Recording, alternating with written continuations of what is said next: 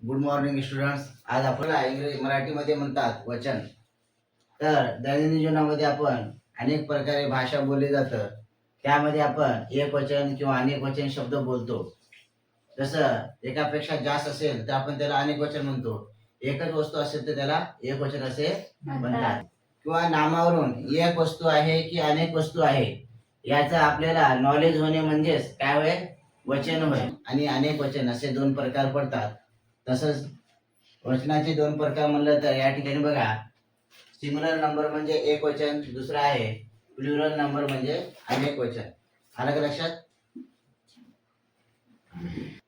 नाम एकाच वस्तूचा निर्देश करते,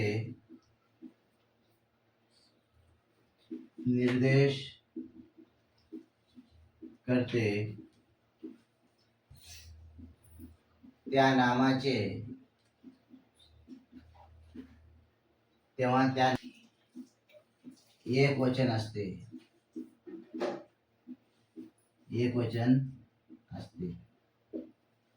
नामाचं वचन किंवा एक वचन कशा पद्धतीने आपण बघणार आहोत की जेव्हा नाम एकाच वस्तूचा निर्देश करते, काय करते, एकाच वस्तूचा निर्देश करते, त्याला आपण एक वचन असे म्हणतो.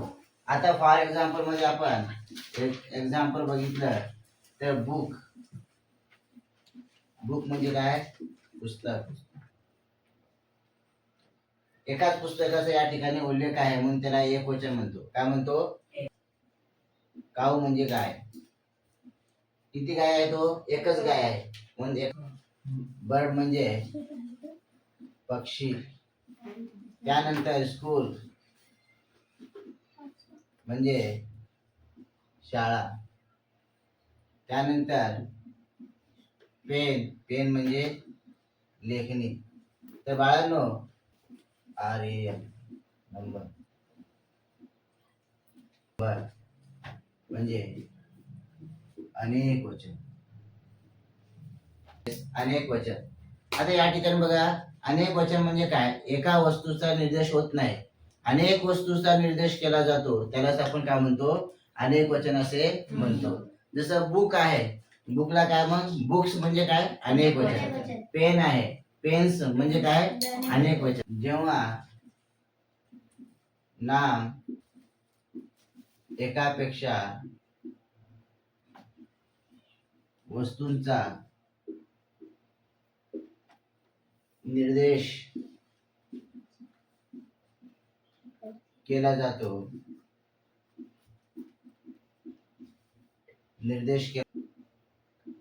तेव्हा त्या नामाचे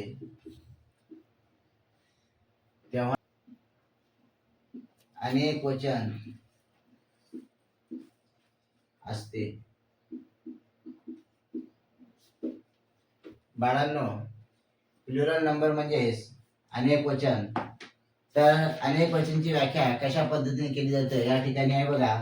जेव्हा नाम एकापेक्षा जास्त वस्तूंचा निर्देश केला जातो तेव्हा त्या नामाचे वचन अनेक वचन असते. काय असते? अनेक वचन असते. म्हणजेच तर व्याख्या कशी आहे हो? जेव्हा नाम एकापेक्षा जास्त वस्तूंचा निर्देश केला जातो तेव्हा त्या नामाचे वचन अनेक वचन असते. आता उदाहरणार्थ सर, अनेक वचन म्हणजे कशा पद्धतीने आपण समजून घेऊ. अनेक वचन म्हणजे आता बुक आहे, बुकला यस लागलं, बुक्स पुस्तके, पुस्तक पुस्तके. एक्झाम्पल मध्ये आलं का लक्षात? बुक्स म्हणजे काय, पुस्तक. डॉल्स म्हणजे भावली. त्यानंतर रिव्हर्स म्हणजे काय, नद्या. Mangoes, reverse, mangoes, schools. हे काय आहेत, अनेक वचनचे एक्झाम्पल आहेत, उदाहरण आहेत. आलं का तुमच्या लक्षात? पडते लागलेलं आहे. आलं का लक्षात? तर अशा पद्धतीने याला प्लुरल नंबर असे म्हणतात.